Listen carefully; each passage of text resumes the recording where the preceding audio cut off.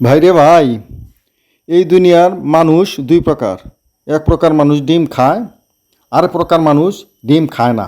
কিন্তু হেরা সুযোগ পাইলেই ডিমের কি করে এইভাবে সুইরা মারে।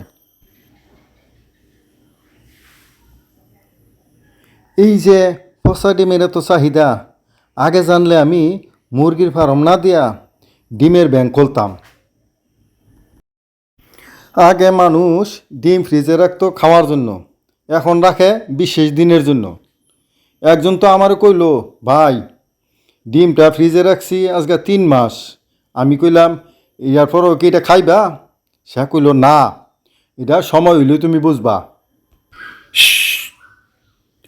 এই দেশে প্রেম টিকুক না টিকুক, পচা ডিম ঠিকই টিকে থাকে।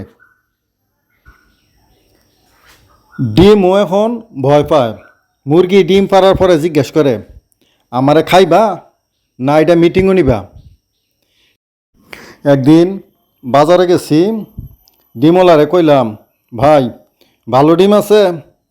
সে আমার আলাদা কইরা ফাঁসে নিয়ে কইল, ভাই বুঝতাছি, রান্নার জন্য না অন্য কাজের জন্য? আমি কইলাম রান্নার জন্য। সে হতাশ হয়ে কইল, ও তাইলে ফ্রেশ ডিম নেন। এখন তো মানুষ ওই রাগ করলেও কয় না যে মাথা গরম হয়েছে, কয় ডিম গরম হয়েছে। আর পচা ডিমের গন্ধ, একদিন ভুল কইরা বাতাসের উল্টো দিকে মারছিলাম, শেষে আমার শরীরেই। পুরা এলাকা বলতেছিল, শফিক ভাই গোসল করেন, গোসল করেন। সেদিন থেকে বুঝছি, জীবনে যা সরবা একদিন এটা নিজের উপর এসেই পড়ব।